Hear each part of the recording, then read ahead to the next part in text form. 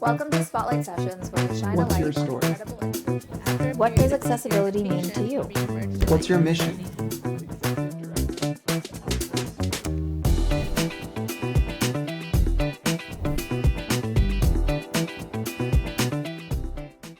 Welcome all to accessiBe's Spotlight Sessions, where we shine a light on incredible individuals and organizations and the work that they do.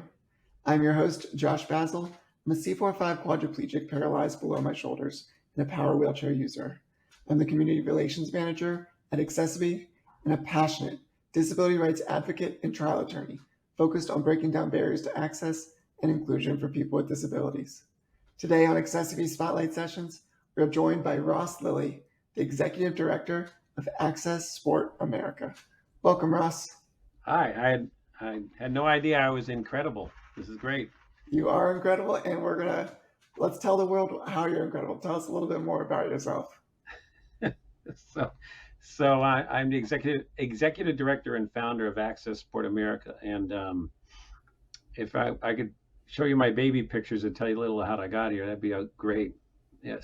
So I used to be a minister, and my training taught me if good religion was inclusive, and if everybody couldn't come, maybe it wasn't worth taking the ride. And so when I got ordained, I also bought a windsurfer, a sport that I loved, and I started right off because it was a fairly exclusive sport. I used to go down the beach and pretty much say to people, "Oh, it looks like you have a disability. Want to go windsurfing?" And so I try to figure ways to take people to windsurf. And then fast forward around 1986, I had a son with cerebral palsy born, spastic quadriplegia or tetraplegia, who sort of became our chief test pilot, kind of like the life cereal commercials. If Mikey likes it, anybody will like it. So if Josh can do it, anybody can do it. And so we used to do these windsurf marathons where I found that if I put Josh, who couldn't stand in a stander for more than like 10 minutes, but if I leaned him against me on a windsurfer and we went out into a bay, the incentive to succeed was so strong that he could do it for an hour or two, right? And so we used to do these windsurf marathons that cost some attention. Over like here, I'll show you a second. Like this giant picture that's awesome. him with me when he was about 8, and we were doing a windsurf marathon. That was on the cover of the.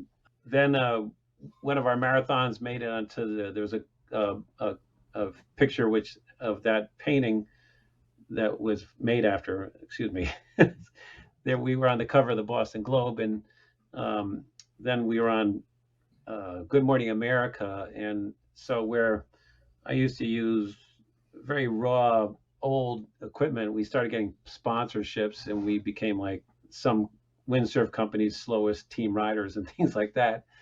And from there, it just sort of took over our lives, and we expanded to other sports. And I was also a trainer. I was a personal trainer from when I was in high school, pretty much. And I always wanted people to train for higher function, especially in the disability community. And my poor son, even from age 2 on, we were trying to train him for function, and so we started finding more sports and expanding from sports that would help people see themselves as athletes, usually out of the box, kind of unusual sports like Hawaiian outrigger canoeing and stand-up paddling and surfing and things like that. And where people came in with little expectation of only thinking I can never do this, and then we would be part of these miraculous sessions where we'd surprise people with abilities, and they would see themselves as an athlete, a viable athlete, and then they would train for higher function. So anyways, that expanded, and then we went full time in 2001, and now it's about 2,000 people come through the program every year. Some of them are 1 or 2 time sessions, and a lot of those are people we train year round. That's wonderful. And, That's so awesome. So yeah. 2,000 people. Is that that's sort of pre-pandemic, actually. We're still creeping up to those numbers now. Yep. Is that all in the Boston region? Yes, but we do a camp every year in Florida. We've done camps in Guatemala and California, but pretty much now we're focused in Boston. That's And awesome. So, all right. So now that we've learned more about, and your foundation's called Access Sport America. So correct. tell us kind of this year and next year kind of what you have going on and kind of and Oh, how you're reaching the community. this is great. Who gets a chance to talk about themselves like this? Is wonderful.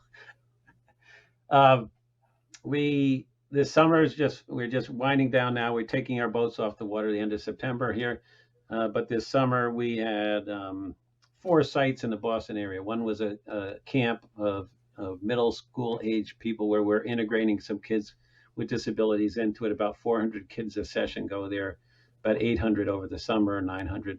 Um, Many of those are kids on IEPs as well, and at that camp, we were doing windsurfing and stand-up paddling and outrigger canoeing. Another site, we're doing the same sports in Boston, a place called Malibu Beach, with other programs coming, other partners like the Flutie Foundation. A lot of kids on the autism spectrum come through there, and other groups. And then we're also at the Pappas Rehabilitation Hospital for Children and some other programs like a Course Foundation in Situate. So we were in a lot of places this summer with a team of about 15 making this work.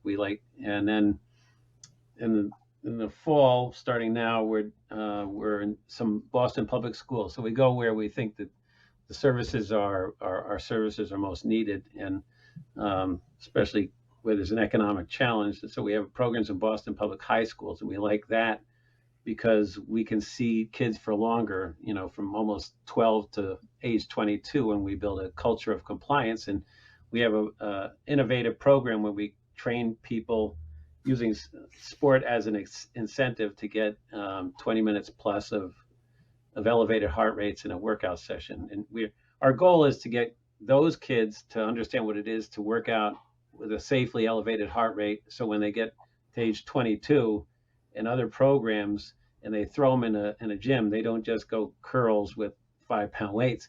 They might go to a treadmill or something else and get more cardiovascular involvement. And then the other program we have, which is year round, is our gait training program. We have a expertise we developed in walking gait with people who can and cannot weight bear. And we have a device which we've created and patented, which is centerpiece of this program. When we train people, we found that 90% of all the people we trained, adults especially, had a desire to, if not anything else in the week, up and walk. I don't know how you fit into that kind of things, but we do have some spinal cord folks in there too. But just it's almost like someone who sits in a desk chair all week but goes to the gym and works out, right? You don't feel so bad about sitting when you get a good workout in. So beyond improving people's gait and improving their function, this is also a great boon, for people's cardiovascular health and for their image to feel like, I was up and walking. And when you say gait, can you explain that to an audience that might not understand what that means? We're walking gait, or how people ambulate when they're standing or standing with assistance. And So um, do you use a harness system to be yes, able? yeah, Yeah. I'm sure you know all about these things. So today we had, as example, we had a guy who weighs probably about 250 with MS who cannot weight bear, and we put him in a harness. The harnesses we use that turn out to be best right now are industrial harnesses, ones you would use safety harnesses if you're like a window washer. We pad them up in the crotch area, which is the most difficult place where the weight load is, and then we hoist them up sometimes with a power winch, and sometimes we just with assistance getting them up. And then once they're in there, we fix them into our machine, which gives them a perfect length of walking stride, the perfect distance or the uniform distance, and as much hip or knee flexion, lifting your knees as you want. The most tried and true method of doing this is a a therapist sitting on the side of a treadmill and approximating what a good gait is. And this is something you can pedal from behind if you want to manually, or they just by friction on a treadmill activate. That's awesome. Yeah. And for 20 plus years of being at this with adaptive sports and improving access, why would you say what is so important for people with disabilities to have access to sport? Oh, well, you know it, right? I think without forcing it on anybody, right? I think everybody, we all, this again, that's if everyone, if everybody can't have the chance to go along for the ride, then maybe it's not worth taking.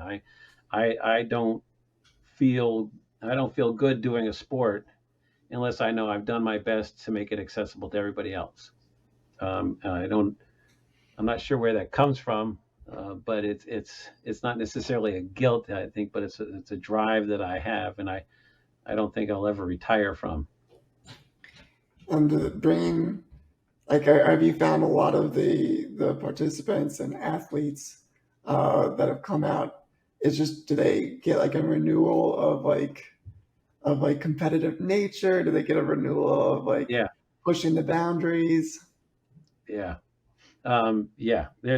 It's funny that you, um, especially in the like that camp we do in Florida. There's only about 30 people that go to this camp, and we create teams and we create competition around outrigger canoeing, windsurfing, and soccer and some ambulation events and some other events.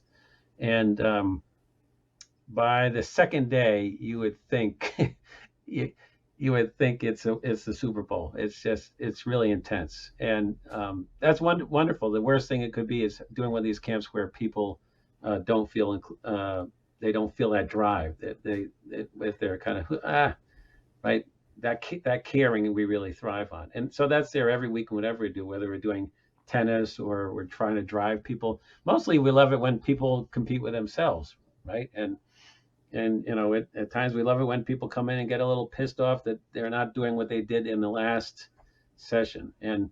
Um, and our trainers are all people who are, we feel, are hoping to see that if something miraculous or wonderful isn't happening in a session, then they got to be looking for something more. There's always a drive on our staff as well to find something remarkable. And what have you found that people, especially your participants, your athletes, what do they find through sport that they then can apply just to life? That's such a great question. Jeez. Um, well, first there's esteem, right? To see yourself as a viable athlete. Um, it, even as a 60-something-year-old guy, if I'm on a team and I feel like I'm a part of a team, that makes me feel like, well, I'm still an athlete, right? Like I play in a soccer team in a league where I'm the oldest guy and the slowest guy now, and no knees, but there are times where that team is relying on me, right? And to be an integral part of a team means everything. And so we build into all of our protocols, our training programs, and all of our games what we call the perfect game, where everybody is valued, to be made to be valued equally, right? So if we were, I'm going a little off here, but I hope this is okay. So if we're in a soccer game and you were in a game with me, right? And let's say you're really skilled and you play power soccer and you're really skilled, and I'm not, I can't keep up with you as well. We would make it that you would have to involve me maybe by assisting or passing. So you'd have to involve me so I could score like you would, as a very simple rule, right? And it's funny that we create these fairly complicated protocols that people get and understand pretty quickly, and so we're all cheering for each other, and we're all, the need for me to assist you who is experienced is as great as you to score, right? And anyways, that sense that I'm integral to the game, I think anybody loves that feeling, right? I never cared what you've got kids, right? You don't care if your kid is the best on a team, only that they're valued. At least I think only that they're valued and needed on a team.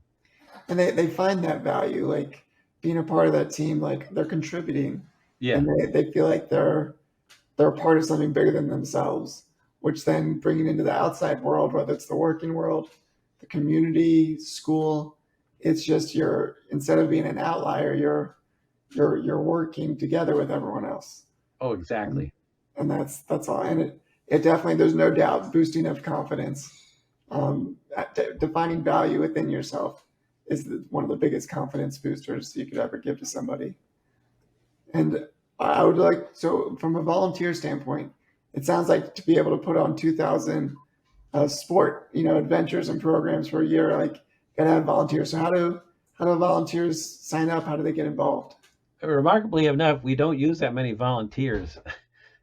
We use volunteers in a Thursday soccer program, and sometimes we have them come to the schools, but we rely on our staff more than anything, which is kind of cool, And on the water we like a team of 5, and I like the accountability of people that everybody who works for us volunteers a season first, just so we like people coming to us saying, I'd pay you to work there. Oh, and yeah, so sometimes people volunteer for a few sessions in the summer on the water, and sometimes they volunteer during the year in our soccer program. Sometimes they volunteer in our tennis program, but it's all pretty local. But yeah, we love volunteers. And with all of the great work that you've done in the past 20 years, is there an accomplishment or a moment that you were most proud of?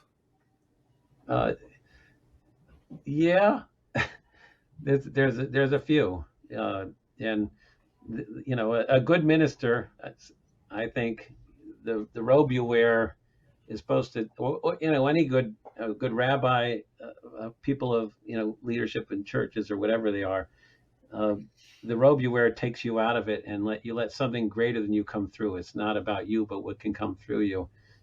And so perhaps the greatest thing for Access Sport is that there's a community that what it claims us all for life, right? There's a place here where we find that, like with my son with a disability, the great gift I have is that someone else could love him like I do, right? To see people who like get it about him.